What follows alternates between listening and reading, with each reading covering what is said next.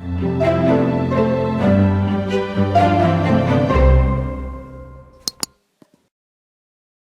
information discussed in this PILCast episode are merely opinions and do not constitute formal policy or legal guidance of any kind. Hello, and welcome to another PILCast, the video blog where we talk about important federal procurement innovation concepts in 10 minutes or less. We guarantee it. I'm Sandra Oliver Schmidt with the Department of Homeland Security's Procurement Innovation Lab. And I'm David Jablonski, also with the DHS Procurement Innovation Lab. In today's episode, we are going to talk about post-award interviews. When the PIL coaches a procurement team, that team stays in the driver's seat. A PIL coach provides resources and encouragement to the team as the contracting officer works with their frontline customer to use innovative procurement techniques to solicit, evaluate, and award a contract faster, better, and smarter.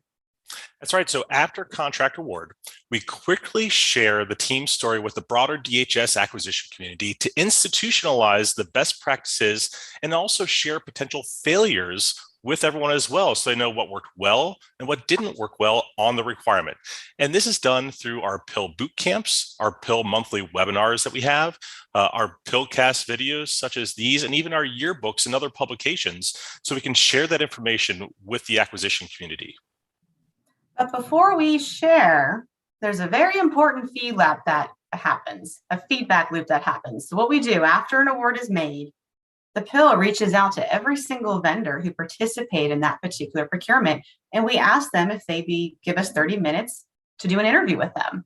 And we interview them asking about what they thought of the solicitation and the procurement process and the innovations that were used. So there's three buckets that we're asking in these interview processes. So the first bucket we ask them is we're looking at procurements that are similar size and complexity.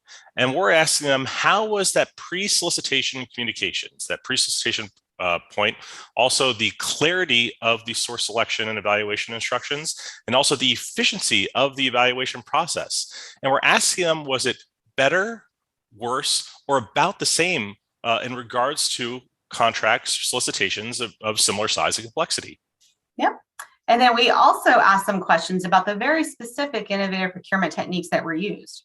So if advisory down selects were used, we would ask them, what did you think about the advisory down select? Was it effective or ineffective, and why? And then we record their answers and listen to their feedback. And the last grouping of questions that we ask, we're kind of getting information in regards to how much was spent on the bid and proposal costs. Was it about the same? Was it more costly or less costly than solicitations of similar size and complexity? And also gathering any other feedback that they would have that they would like to share to help kind of inform us of how things worked in the solicitation process that we may have not asked in the questions. And lastly, how do the innovations do? And it's really important because we're gathering this information and then sharing it with the contracting team afterwards. Yes. Now we ask these very same questions of that contracting officer's frontline customer. So the contracting officer is armed with all this information. We do consolidate it, remove vendor names and customer names. And the idea is to help the contracting officer learn forward. And then when we share these stories across DHS, the idea is to help institutionalize these lessons learned so that all of DHS can learn forward. We've learned that advisory down selects are very effective, but we've also learned that they can be used in a way that accidentally limits competition. So I can tell you that these interviews directly inform not just what a contracting officer does next, it informs how we coach the innovations. The innovations are not static, and we are continuously improving how the innovations are used in order to increase competition, reduce barriers to those small and non-traditional vendors, increase or decrease the time from solicitation to award, and ultimately to get the best mission outcomes. And I thought there was something there that you mentioned, Sandra, the anonymous surveys. And so they are completely anonymous. And so we're not sharing the vendor name or who said the comments at all, just so they can be candid with the responses. So we're really getting that great feedback that we wouldn't otherwise. And just to clarify, these interviews, they're real interviews. We actually use a phone, and they're only 30 minutes. So if you're a vendor watching this PILCast, if you receive an email from the PIL or even from your contracting officer asking to interview you about the procurement, we encourage you to take take them up on the interview.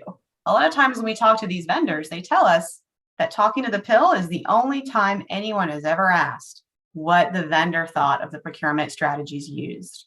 So for all of you out there, whether you're using innovations or not, if you're a contracting officer, we highly encourage you after award, after the protest period, have an informal conversation with all the vendors who participated and ask them their thoughts on the procurement strategy you used. Tell them that the intent is that you want to learn forward. You want to increase competition, you want to increase efficiency and make these procurements better for the sake of the government and your mission outcome at your agency. That's right. Well, I think that does it for this episode, right, Sandra? Yes, it does. So if you enjoyed this PILCast, please like, share, subscribe, hit the notification bell, and put those comments in the chat. They really are critical to what we do here. We'll see you next time. Have a great day.